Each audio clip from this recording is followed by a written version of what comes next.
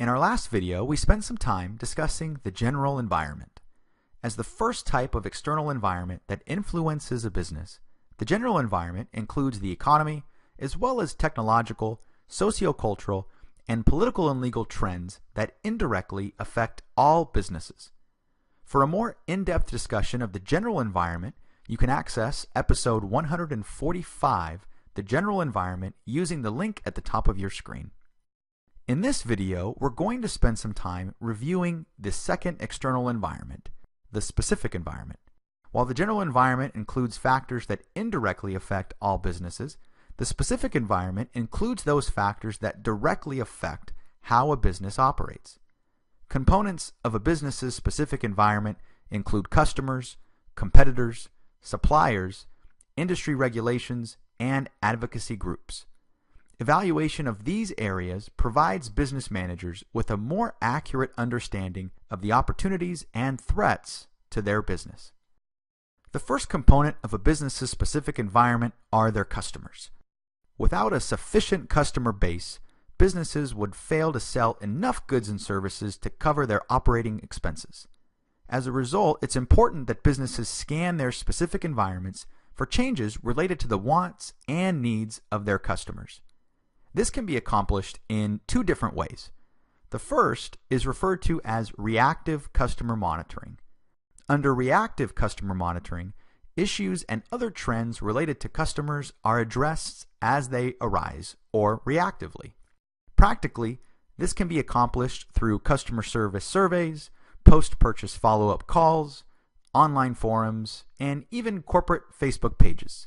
Responding quickly to customer complaints can allow the business to maintain goodwill with its customers and increase the chances of continuing the relationship. In addition to engaging in reactive customer monitoring, businesses can also employ proactive customer monitoring.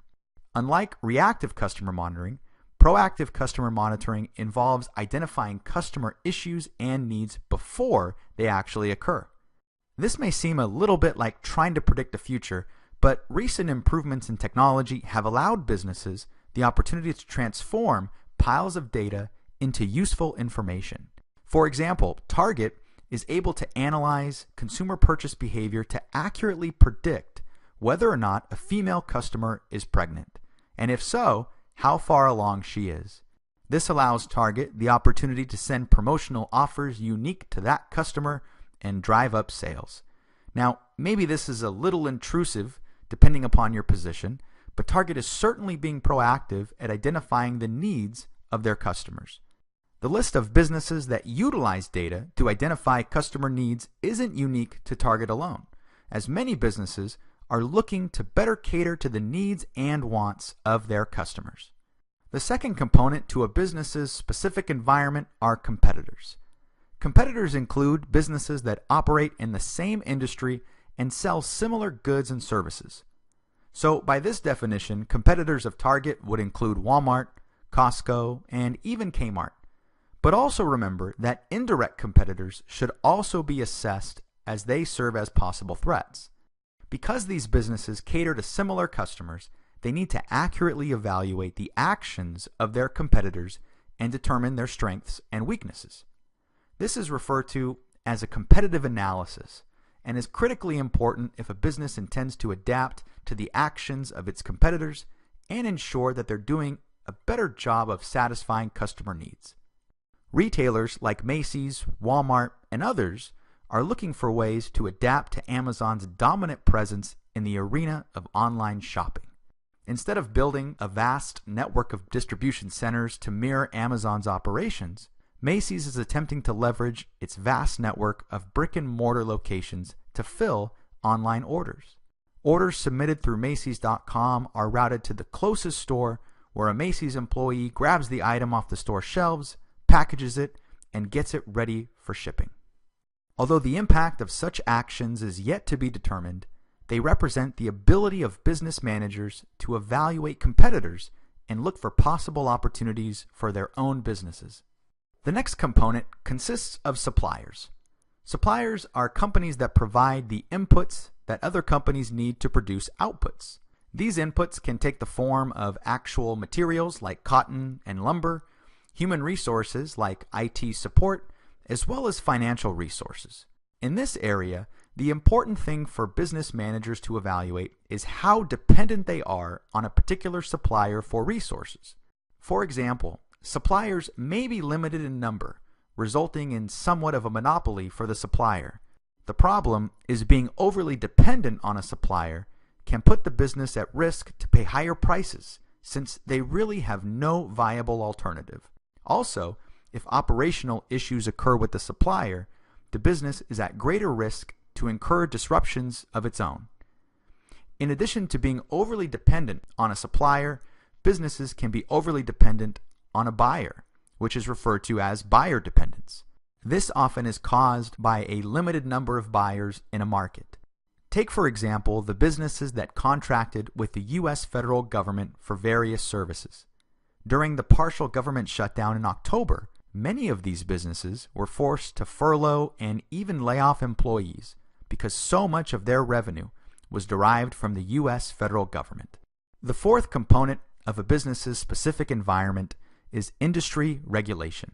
You're probably thinking that this sounds a little redundant, given the general environment already encompasses regulation in the political and legal component. The difference between these two is that the political and legal component to the general environment includes changes and trends that affect all businesses. In the specific environment, we're looking solely at regulation changes that impact businesses in specific industries.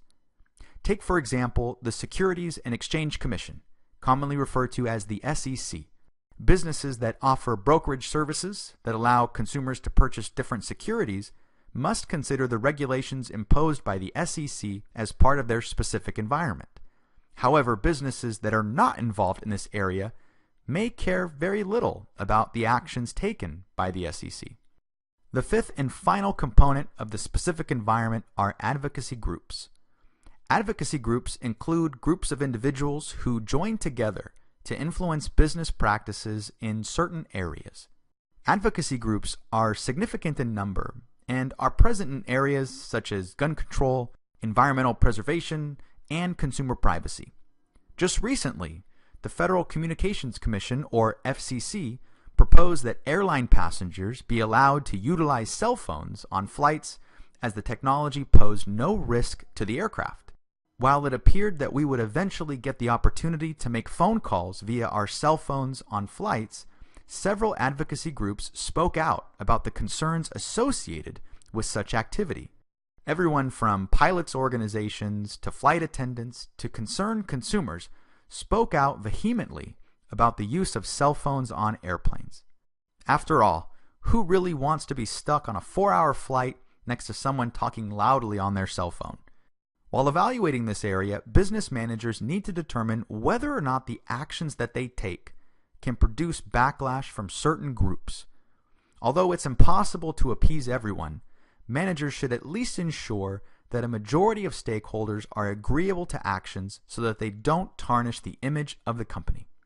Together, these 5 components make up a business's specific environment, and by thoroughly evaluating their specific environment, business managers can put themselves in a position to capitalize on changes or trends. Failure to do so can threaten a business's ability to compete effectively in their market.